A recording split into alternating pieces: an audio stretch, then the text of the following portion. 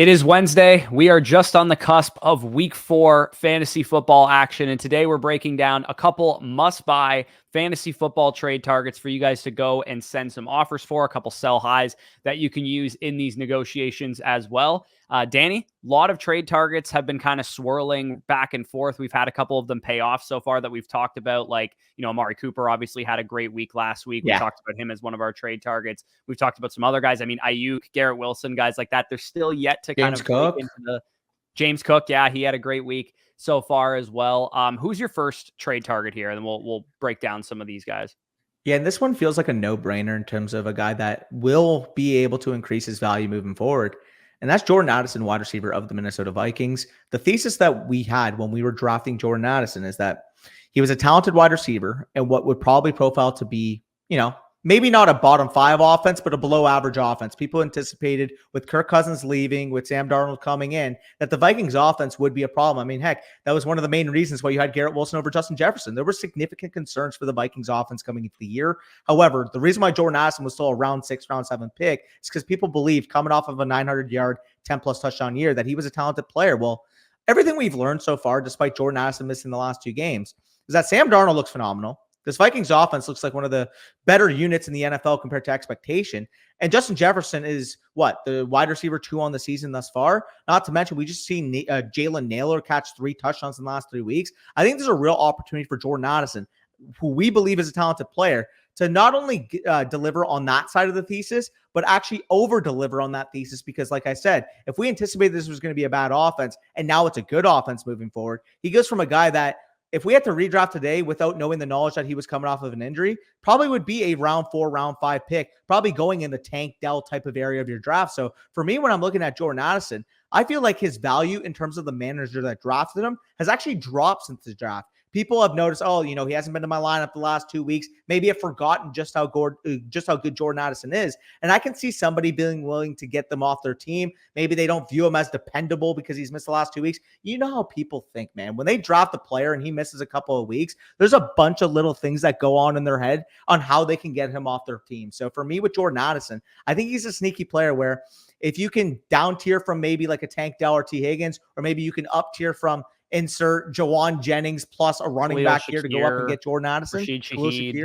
Exactly. Those type of names. If you can go out there up tier to Jordan Addison, I think you can get him as like a wide receiver 40, wide receiver 45 type of price tag. And I was actually going through my rest of season rankings because he was one that I actually initially glossed over. And I ended up ranking him inside of my top 36. I think he's more so in that tier with, like, if we're looking at my other wide receivers in that range, guys like, Xavier Worthy, JSN, Tank Dell.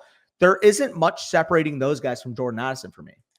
No, there definitely isn't. And even in the one game that Addison has played so far this year, he was 25% targets per route run, even though he was coming into the game with a bit of an ankle issue, and he ended up leaving the game early. Like you said, I have him like just on the cusp of my top 36 as well. I have him at 37, right around the range of one of the guys we'll talk about later, Ladd McConkey, George Pickens, Amari Cooper, Calvin Ridley, Brian Thomas Jr., guys like that. I do think that Jordan Addison is pretty comparable to those type of players because, like you said, like the thesis for Jordan Addison overperforming his ADP coming into the year was, hey, it's a second-year breakout. He's just going to be good, and he's going to elevate this offense. Maybe Sam Darnold isn't half bad. Well, Sam Darnold is actually playing well.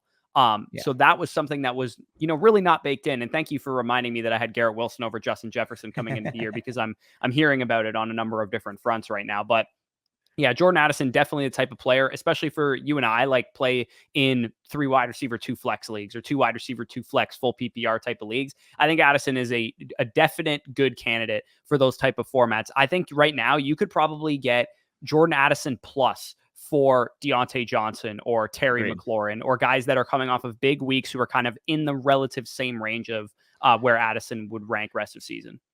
Yeah, and I also think there's a possibility where if you added a little piece onto like a Quentin Johnson, who people might be willing to convince themselves that, the last 2 weeks, over 10 PPR points, caught a couple touchdowns, maybe that's a Quentin Johnson we can expect moving forward. I think Quentin Johnson has definitely risen in value, but I mean, we went into the offseason thinking Jordan Addison was by far the superior player, and there's nothing Jordan Addison has been able to do to really disprove that theory.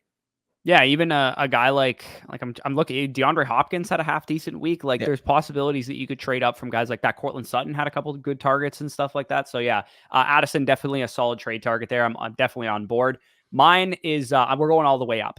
Bijan Yeah. Robinson, first round player. So we're talking hefty trade package you're going to have to come up with for this guy. But I think the reason he's a great trade target right now is because his workload is RB1 overall type of stuff right now. Yeah. It is 82% of the snaps. He's getting like 65% of the carries for that offense, 70% of the routes, 16% target share. He is one of the only running backs in the league that is both top 3 in snap share, route participation, target share, long down and distance share, and 2-minute drill snaps. The only other guys you can say that about are Saquon Barkley and Breece Hall. These guys are performing at a higher level than what Bijan is performing at right now. It's a new offense. It's a new quarterback. It's a new coaching staff. It's coming. They're taking time. It's just going to take a little bit of adjustment at the beginning of the season. And also, too, the Falcons have played some pretty good defenses to start the year. They've played the Pittsburgh Steelers, the Philadelphia Eagles, and the Kansas City Chiefs. By the way, those 3 teams are combined 6-0 if you remove the Falcons from their schedule. And also, all 3 of those teams have top 11 run defenses, the Chiefs being the worst of that group, the other 2 teams being top 5 run defenses so far this year. So with Bijan Robinson, the schedule opens up a little bit. The offense and the quarterback and the offensive line and the new coaching staff and the new scheme should start to gel a little bit more. We're seeing Drake London start to produce. We're seeing Kyle Pitts start to produce. I think better days are ahead for the Falcons in general. And you could even make the argument Drake London and Kyle Pitts belong on this list as well. But Bijan specifically is the one guy that you're like, it's coming. The eruption game, the big performance is coming. Yeah, the thing with Bijan is I do think that there is a clear top 3 for rest of season running back rankings. And obviously, of course, Breece Hall was already being selected up there. I think you have to consider Saquon Barkley with what he's done in that range. Bijan Robinson is the 3rd name. The only issue is that on the market right now, people recognize what Breece Hall and Saquon Barkley are doing, but because the point production hasn't come with Bijan Robinson, I think you can get him at a discount. And I'm not saying that you're going to go out there and get Bijan Robinson for 3rd round overall type of prices. Like, no, that's not what we're saying. But can you get Bijan Robinson for like 1-2 turn prices? Can you get Bijan Robinson for early 2nd round prices? Can you get him straight up for, I mean, if we're looking at wide receiver Jonathan right now, Taylor at running back, potentially. Jonathan Taylor, maybe you add a little piece to get up to Bijan. If we're looking at wide receiver as well, like straight up with the concern about Tua, I would take Bijan Robinson over Tyreek Hill rest of the season. Marvin Harrison Jr. could be a fun name that you can transition into Bijan if you're good at wide receiver in terms of depth. And I really like outside of the top 7, top 8 names, like can you move up with Chris Olave to get Bijan Robinson? Can you move up with maybe not Brandon Ayuk because he hasn't been good, but like James Brown Cook potentially is off to a good start of the season. Yeah, like there's names that you could use to get up to Bijan. And again, it might sound ludicrous, it might sound ridiculous, but people are very reactive, specifically in casual leagues, and seeing RB15 in points per game as opposed to James Cook, who's the RB6 in points per game, might hold a lot of weight in a lot of people's opinions, even though Bijan's workload is better than James Cook's, and they'll see how good the Buffalo Bills offense look, and that'll stick in their mind, and you might be able to get Bijan straight for James Cook, or maybe it's James Cook plus, Terry McLaurin or something gets you up to Bijan or something like that. So yeah, for me, he represents a very good buying window on an elite running back who could be a lot better in future weeks because Cousins looks better, the offense looks better, the scheme looks better, the coaching staff looks better. The one constant here is that Bijan's getting an elite workload, not a great workload, not an RB1 workload, an elite workload, a legendary upside workload. Yeah, no, 100%. And we know what he's able to do in the passing game hasn't really quite come to fruition yet. But I mean, this is a guy in his rookie season. You can make the case that he was a better receiver than he was a rusher. So really excited about Bijan Robinson. Again, there's another name that we have listed down here that I think you can sell high in a package to move up to Bijan Robinson. But we're going to wait on that because he is one of my sells on this video. We'll go into my second buy, though. And my second buy this week, we just talked about the talent of Bijan Robinson, obviously a guy that was considered one of the best running back prospects of all time. A guy that on a per touch basis in the NFL has actually been one of the most efficient running backs in NFL history. And we're talking about J.K. Dobbins, running back of the LA Chargers. Common theme of the channel, obviously Corey's guy from the last 3-4 years. I mean, J.K. Dobbins, it almost feels crazy because we just talked about him as being a sell high on, I think it was either last week's or the week before's video, because his snap share and his overall workload weren't summing up to the level of production he was giving you. He was overperforming his workload in the first 2 weeks. Guy that scored over 20 PPR points, despite only having 58% of the snaps and 48% of the snaps in those weeks. The week he has 8.4 points, he has the most solidified workload of the season. 64% of the snaps, 75% of the rushing attempts, 52% of the routes. He got a legitimate running back one workload. I don't necessarily think you're going to be able to buy him low per se, but I think that the common nature for the other manager is like, well, he had 220+ point performances. He has 8.4 this week, looks inefficient. Maybe the J.K. Dobbins of old is going to come. Maybe the J.K. Dobbins that has faced some injury concerns, breaking down to the workload is going to come. If they are trying to sell high in their mind, that's when I'm going to be scooping J.K. Dobbins, because I think the general thesis, I feel more confident about him moving forward that he completely eliminated Gus Edwards from the game plan than I was when he was scoring 20 PPR points. And it sounds crazy. Again, like obviously 8.4 points is a lot less than 20 points in PPR leagues. But tracking the workload moving forward is how we get advantages in fantasy football. And with J.K. Dobbins, we were talking about a guy, like I said, overperforming his workload in the first 2 weeks. The 1 week he underperforms his workload, I think more and more people are going to be more willing to trade him. Yeah, not to mention Justin Herbert re-aggravated his ankle injury as well. People might be worried about that. Yep. And I mean, I'm going to talk about a Charger, and I'll probably talk about him in here in a second, but it does appear that Justin Herbert, like absolute worst case scenario, is going to miss like 1 or 2 games at most. So yeah, people are worried about the injury to Herbert, impacting the offense and stuff. That could be partially why that they're like selling high on J.K. Dobbins, like you said. He averages like over like 6 yards per touch for his career. He's been a really good running back his entire career. He's a top 20 running back. You can make the argument he's a top 15 running back for the rest of the season. So with J.K. Dobbins, like it's a run heavy offense. Gus Edwards looks like unadulterated dust on the field right now. And J.K. Dobbins is running behind a top 5 offensive line. And he had a tough matchup. And like the Steelers are no joke. Like it was a really good defense that he was playing against. For sure. And some of the trades you have listed here, of course, J.K. Dobbins for Christian McCaffrey. Like if you need a running back producer right now, I am very pessimistic. I've gone on record and said, like, I think there's a real possibility Christian McCaffrey will miss the entirety of the regular season. I have Christian McCaffrey right now. I believe I'd rather have McCaffrey for what it's worth. And I think that's fair because the implied upside, of course, is with McCaffrey. But if you are 1-2, 0-3, and you drafted McCaffrey, which may very well be likely, if you didn't end up with Jordan Mason and you got Christian McCaffrey, he was the first overall pick in your league, you're probably not going to be a 2-1 or 3-0 team. If you need production right now, knowing inherently that the timeline for McCaffrey at minimum is going to be 6 weeks, but could also drag on for the rest of the season, I think this is a fine move to be able to get yourself back into the playoff picture. J.K. Dobbins for Kyle Pitts. Again, if you already have another solid tight end option, don't mind transitioning Kyle Pitts into J.K. Dobbins. This next deal, DJ Moore, J.K. Dobbins, Tyler Johnson. You can pretty much eliminate Tyler Johnson, Austin Eckler. Austin Eckler obviously suffering the concussion, so he is expected to miss the next couple of weeks.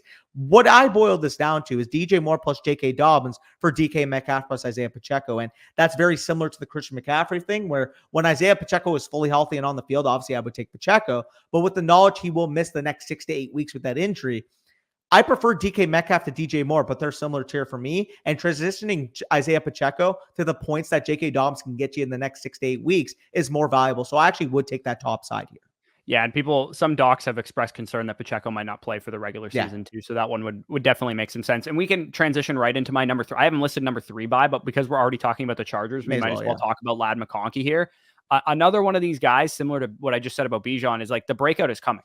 27% target share in your first 3 NFL games is very difficult. And if you don't believe me, go back and look at Rashee Rice and Jayden Reed and Tank Dell, all the guys that broke out last year as rookies. Tell me if they had 27% target share through their first 3 weeks. Some of them didn't have a 20% route participation through their first 3 weeks. So he was selected in the top 50 of the NFL draft. Me and you both loved Ladd McConkey. We thought he was a top 6 receiver in the class.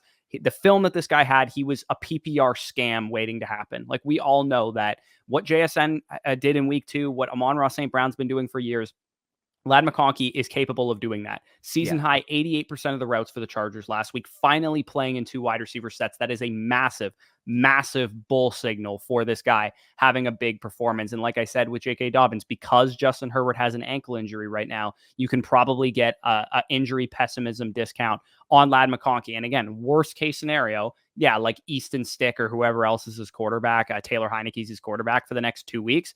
Okay, fine. He's probably still going to put up good peripherals. You probably don't want to start him when Taylor Heineke's the quarterback or Easton Stick is the quarterback. But as soon as Justin Herbert is back fully healthy, Ladd McConkey could sun run the rest of the year. Like he could legitimately have a monster, back half of the season. And if Quentin Johnston's going to be good and Quentin Johnston's going to make big plays and stuff, that's just good for the passing. Helps the offense. Realistically.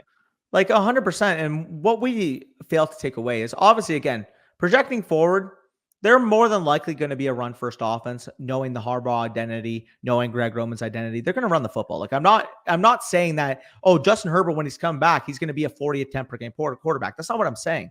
However, we know that McConkey's a good player. If QJ is also a good player, this is such a concentrated target hierarchy on this team because, quite frankly, they don't have a tight end that's going to command a dominant target share. Running backs don't target, don't command a ton of targets.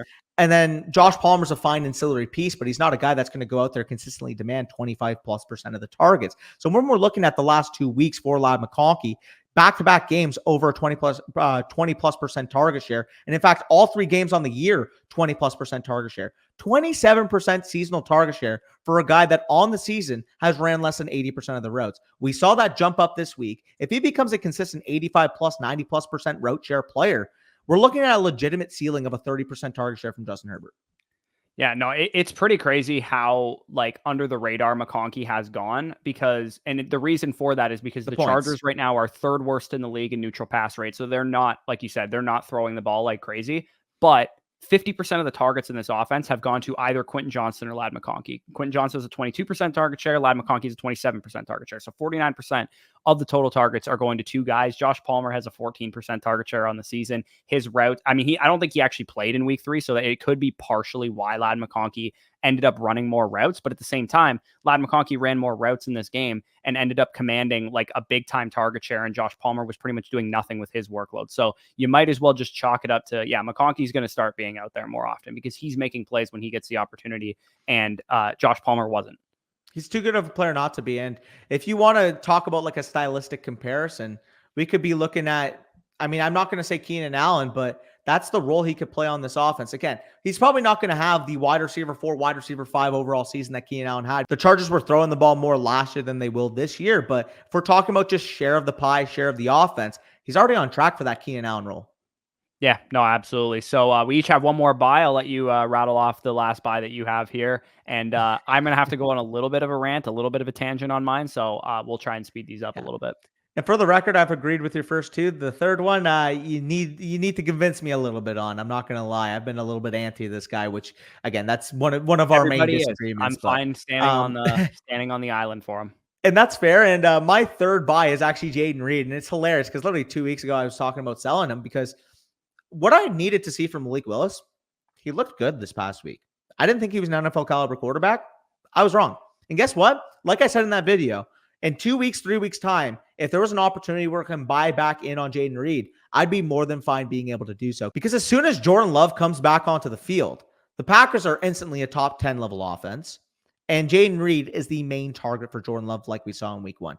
Jayden Reed is a damn good football player, both working down the field, working in the intermediate yards after catch situations. He is the Deebo Samuel for this Packers offense. And like we saw in week 1, the spike week potential he has when Jordan Love is in this lineup is night and day compared to even as good as Malik Willis has been playing, what Malik Willis brings to the table. Now, with that being said, if you ended up keeping Jayden Reed after Malik Willis was named the starter, week 2, not the hottest. Week 3, 11 PPR points. We're going to see this ceiling completely be maximized by Jordan Love, a guy that, again, with Malik Willis at the quarterback, I think was being considered as a wide receiver 3, wide receiver 4 in fantasy.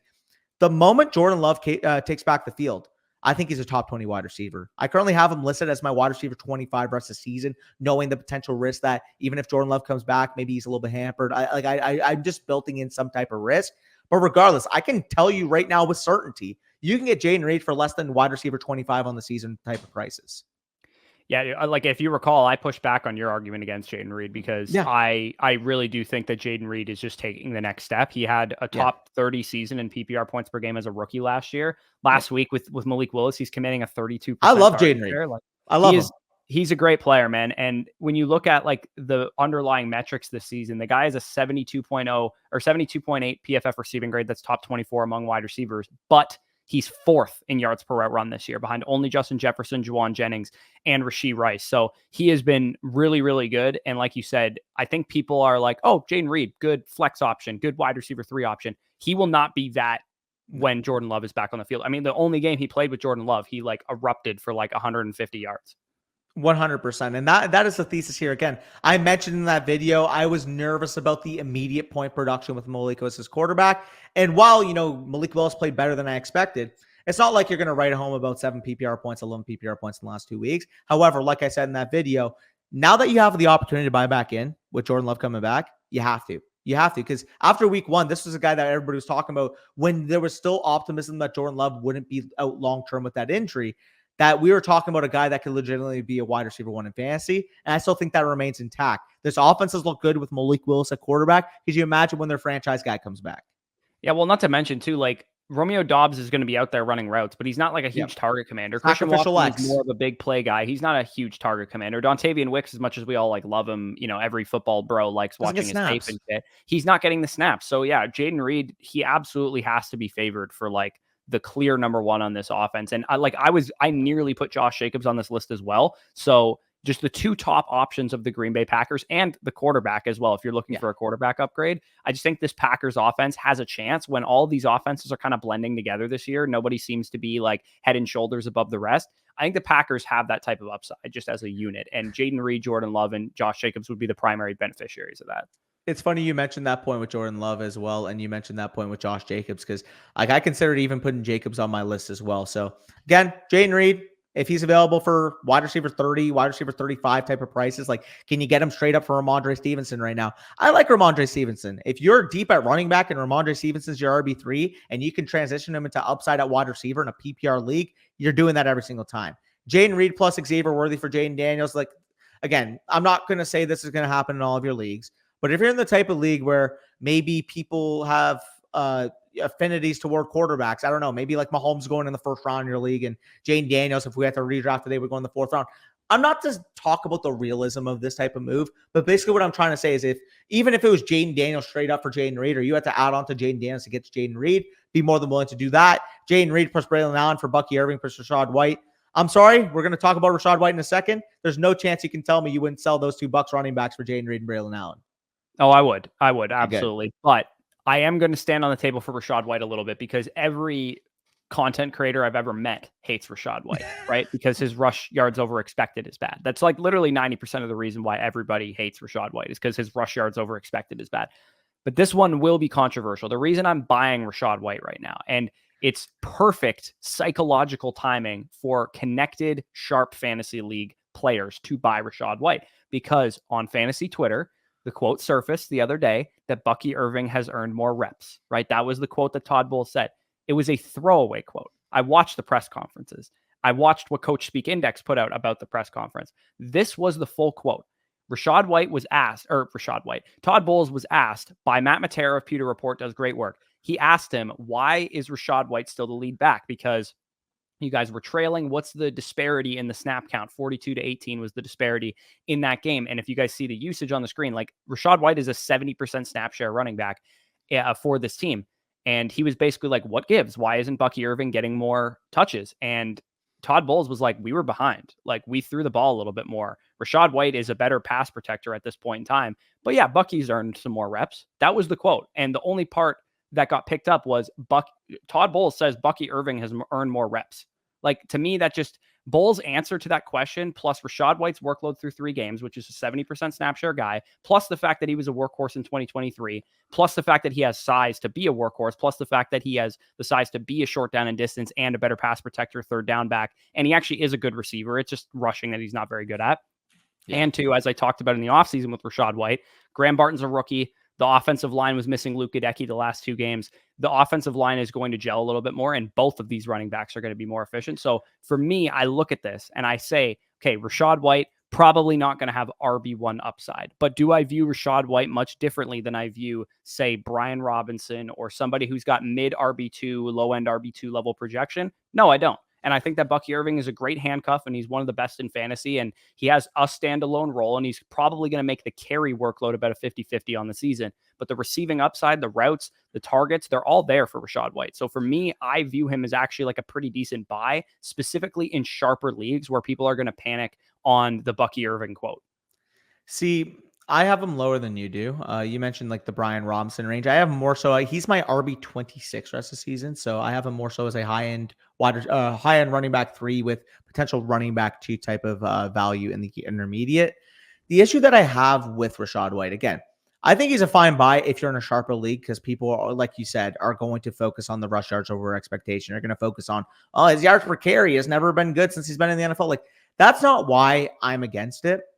The thing I'm concerned about is if he doesn't have a majority workload between the tackles, how is it supplementing his overall PPR production on a week-to-week basis? Because again, we know he's going to be able to perform in the receiving game. I think that's what's keeping him even up to a high. How does he perform? The answer is in the receiving game. You just Correct. said how does he perform if he doesn't have a majority rushing share? Correct. He doesn't have a majority rushing share and hasn't all year. Correct, but let me finish. He had a 38% rushing attempt share this week versus the previous 2 weeks was over 50%. What I'm concerned about is Bucky has been evidently a better runner. What if that starts going 70 to 30% Bucky or 75-25% Bucky? I think Rachaad White, like you said, I'm not going to be completely off of him because I know he's going to have a role in the receiving game. He's going to be able to command 4 or 5 targets a game to supplement his points. It's like almost like the anti-David Montgomery, where like with David Montgomery, I'm worried because he'll never get the receiving work in his backfield, but because he has such a stranglehold in terms of, goal line equity, rushing between the tackles, I think he's a fine, RB2, low-end RB2 type of projection. It's almost like the inverse with Rachaad White, where if Bucky Irving does become the main between the tackles running back, I think it limits his ceiling. I don't think we can get a guy that can be a top 12 to 15 running back in fantasy solely off of receiving production. So, to your point, there was 8 games last year where Rachaad White had less than 15 carries. Yep. He was a top 24 running back in 7 of them. He was a top 12 24. I'm fine with that. In 5 of them. A top 12 running back in 5 of those games without 15 or more carries. So for me, I look at it as like, dude, this guy gets receiving production like crazy, and Baker Mayfield feeds him as a receiver. And I don't think that he is at all at risk of losing routes or receiving production to Bucky Irving. Yeah, no, I do think he's going to have the stranglehold in terms of the routes. I'm just a little bit concerned. Like if Bucky does earn more of a role, and he's not getting goal line work either, though. So what are we really losing with Bucky Irving? He gets like these jet sweep touches, these creative touches, and also, by the way, those type of touches are going to naturally make you look like you're much 100%. More of a running back that is more successful on the ground in the numbers and success rate and yards per carry and things. I don't disagree on that. More so for me with Rachaad White, it's not necessarily that that Bucky's going to completely usurp him, because I'm more than likely going to have Rachaad White ranked ahead of Bucky Irving each and every week. The problem that I have is if he's not getting that majority workload, I'm kind of concerned. If Bucky Irving keeps cratering in, does he have the type of upside I'm looking for when I'm making a running back investment? Like we said, you mentioned the name Brian Robinson. That's the kind of one I disagree with, because with Austin Eckler out, this guy was running over 50% of the routes, and he just looks like a really good between the tackles runner. Like obviously he struggled from a per efficiency basis this week, but the first 2 weeks,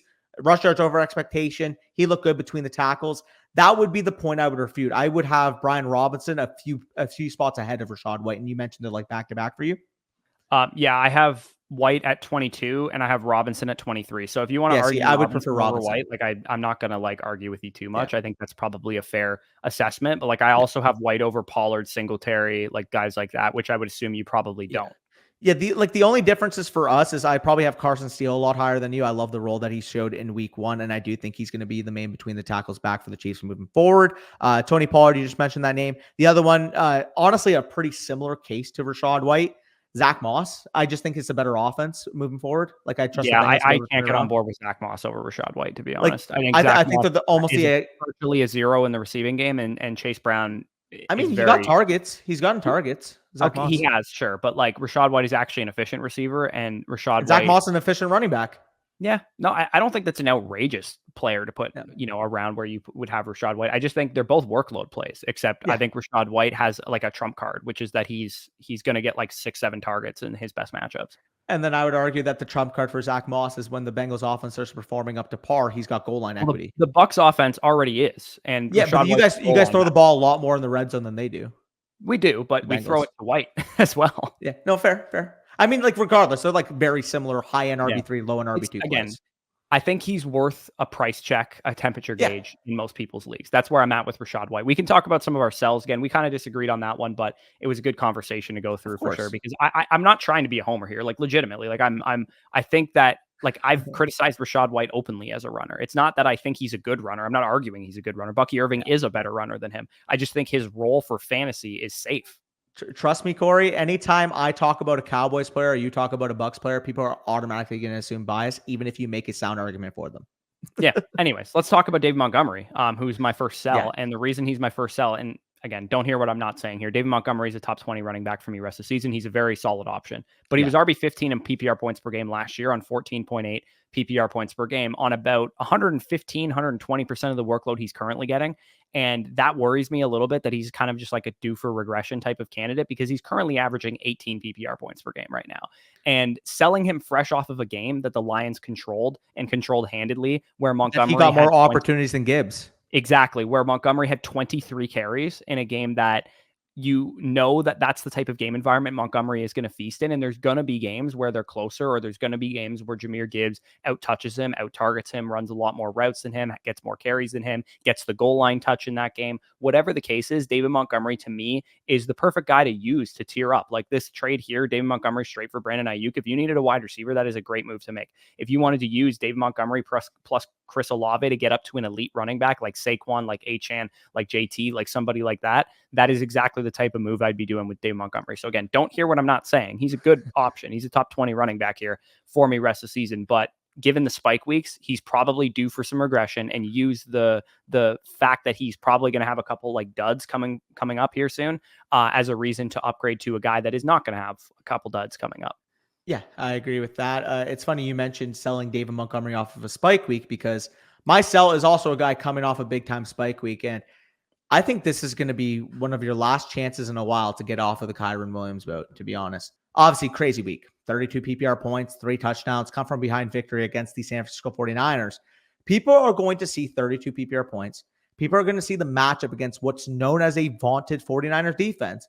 And they're going to automatically connect the dots. Oh my God, like Kyren Williams, he's the RB4 in fantasy right now. He was a top 5 running back in fantasy last year. He was well worth the second round price tag he was going in drafts. And the issue that I have is that when you're looking at the situation contextually, I am very scared about Kyren Williams moving forward. The efficiency that we saw at the end of the season last year has not transferred over to this year. He's been one of the most inefficient running backs in the NFL to start the year. I mean, we're talking about Rachaad White being inefficient on the ground. Kyren Williams is right on that next boat. He's been very inefficient on the ground. And again, I don't think it's all Kyren's fault. The offensive line is completely decimated. They're without their two best perimeter weapons on the outside with Cooper Kupp, with Puka Nacua.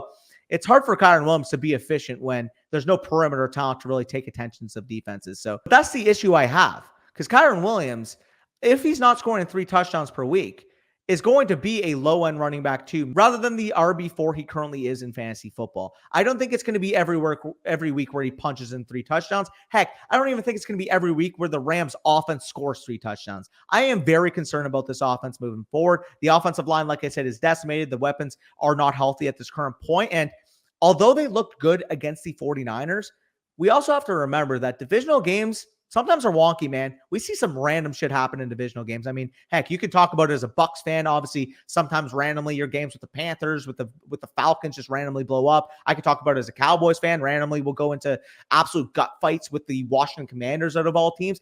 This shit happens, and historically, the 49ers have actually struggled against the Rams. So it makes sense why this type of game happens. Again, kudos to Kyren Williams. Big time game. If you have him, obviously you really love that point production he was able to give to your lineup. But I just have very much concerns with this offense moving forward. And I don't think Kyren Williams is the talent to be able to usurp those level of offensive concerns. On top of that, we've seen him be a 90% snap share player in the first few weeks. We also have to acknowledge that Blake Corum is a rookie running back. Obviously, we can't say with certainty at this point that he's going to usurp Kyren Williams or it's going to be a 50-50 split. No, that's not what I'm saying. What I'm saying is a rookie running back who has a very similar skill set to Kyren Williams could very well make this, instead of a 90-10, 95-5 split like it's been in the first few weeks, more of a 70-30 split. And when you're getting an inefficient running back on what could potentially be a bad offense without those weapons on the outside, I'm concerned about Kyren Williams. There's so many running backs in that type of range where you can sell Kyren Williams for right now. Jonathan Taylor, James Cook, even Alvin Kamara, like Could you add on a little plus onto Kyren WIlliams to get up to Achane or Jahmyr Gibbs? Can you trade Kyren WIlliams straight up for Joe Mixon? I'd rather have Joe Mixon despite the injury at this point. We'll talk about Joe Mixon a little bit more in a second with the honorable mentions, but those are the type of running backs I'd be willing to transition to. He's solid, but if you can move up to other running backs with less risk moving forward, I think you'd be foolish not to, coming off a 32-point Kyren week. I don't agree. I have RB10 rest of season. RB10 rest of season. So here's where I don't agree. For starters, Cooper Kupp's not even on IR, so he's gonna be back in like 2 weeks. It's I mean, the same thesis we have with Adam Thielen missing time. It's an older receiver coming off a lower body injury. It's still right, risky. But Cooper Kupp elevates the offense, which was your concern.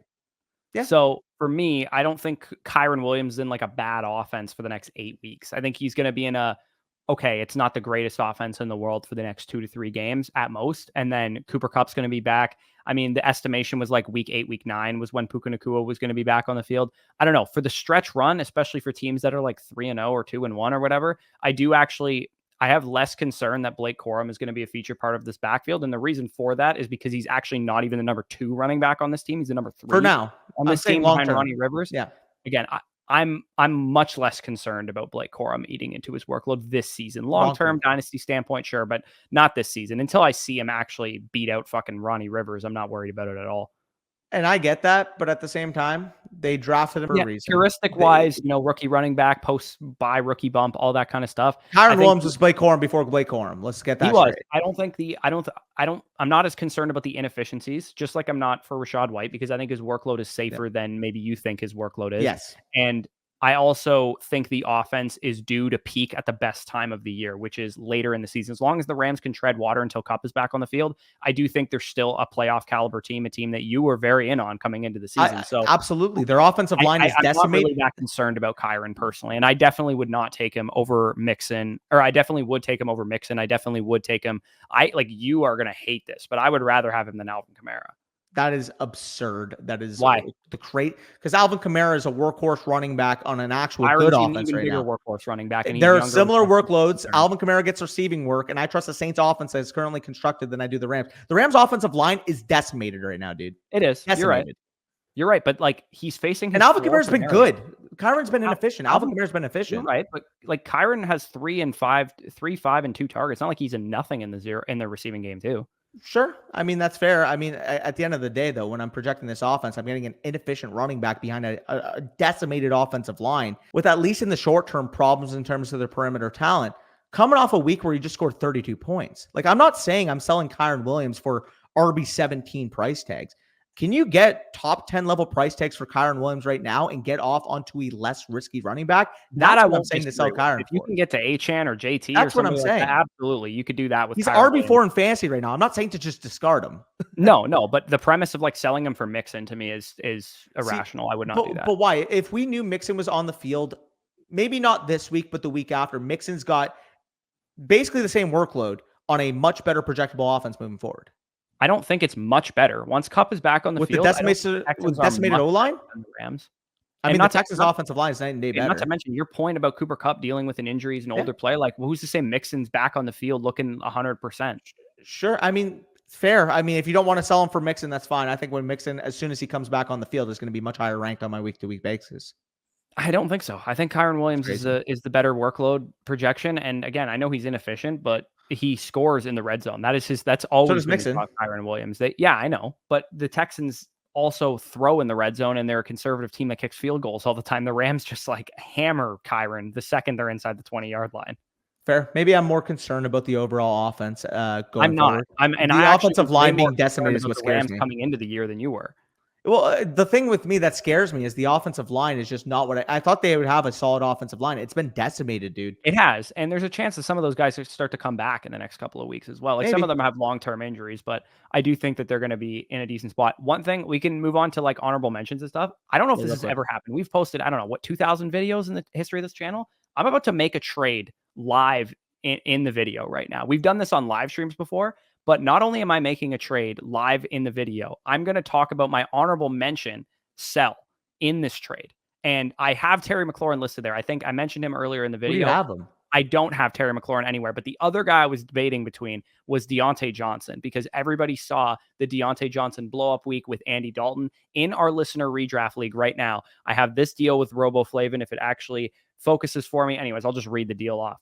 I'm selling Aaron Jones, Deontay Johnson, Chuba Hubbard. I'm getting James Cook, Jameson Williams in the trade back.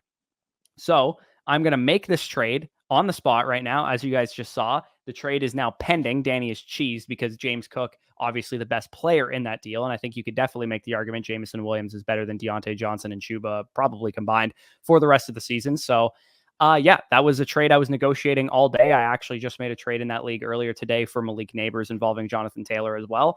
But yeah, that was the trade that I just made on the spot. And the reason I made it is because both Aaron Jones and Deontay Johnson are coming off of a couple monster spike weeks. You don't need to explain why you made the deal. You won the deal.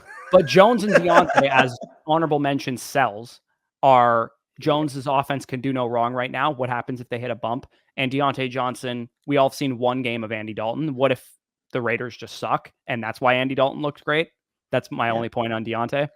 Yeah, I mean, when you can transition it into James Cook and Jameson, I don't think many people are going to think you lost that deal. No, I don't think so. But the point of the trade, or the point of bringing this up, was that Aaron Jones and Deontay, maybe you can use them to get up to better players, which to me, I view James Cook as by far the best player in that deal. Yeah.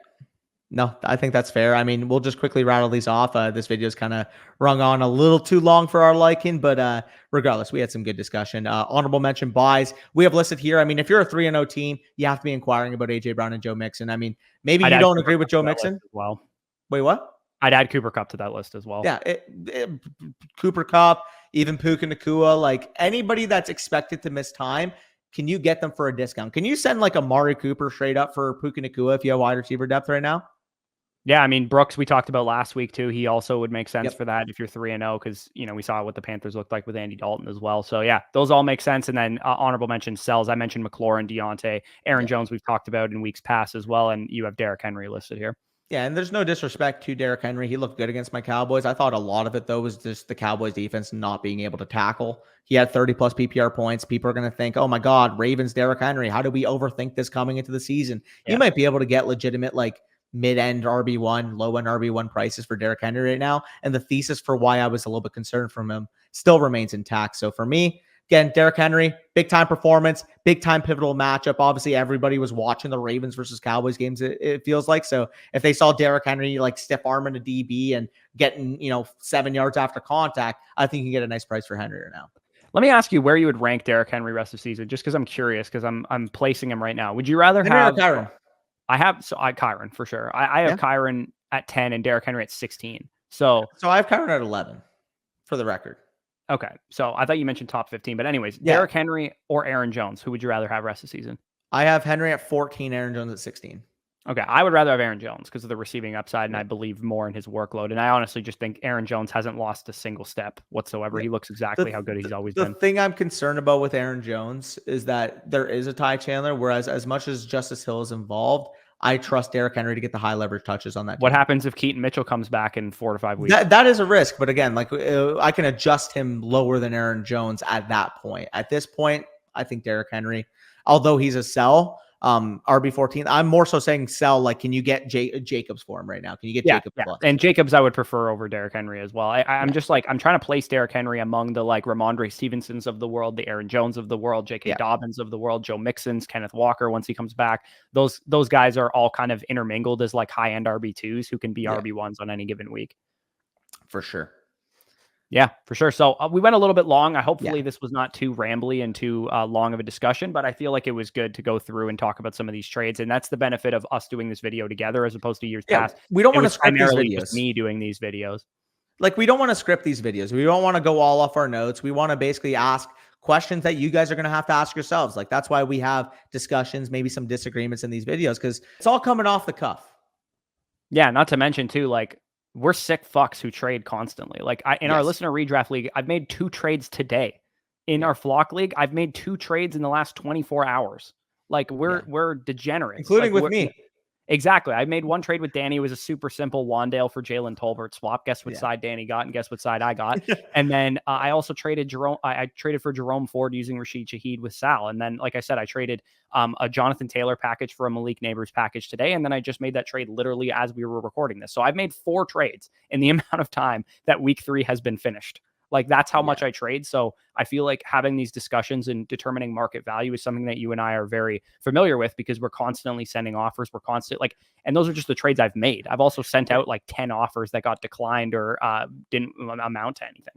Wait, I just realized, by the way, A, we're 2 of the 3 highest projections in the listener league this week, and B, we play against each other. So We do. it'll be And I'm fun. 3-0 in that league, and my team is Yeah. looking mighty scary now after these 2 trades that I've just made. I just need to fucking get healthy. Can Kenneth Walker actually suit up for a game for once? Yeah, I mean, I still have Sharps in the Flock League, so I'm actually hoping he does not because I would like to have him this week again. But anyways, we're rambling now at this point. So leave a like if you guys enjoyed, comment, subscribe, all that good stuff. Our Flock trade calculator is available if you guys want to, do some trades yourself. If you want a team review, you can get us to review your redraft team, your dynasty team, whatever. Head on over to flockfantasy.com. Use promo code FSE when you sign up. And when you sign up annually, you actually get a free team review that you can ask us, and make sure to load us up with questions heading in to Thursday night's live stream. We'll try and get up around 7 p.m. Eastern, and then we'll get through as many questions as we can for you guys. So with that being said, peace out, and we'll talk to you soon.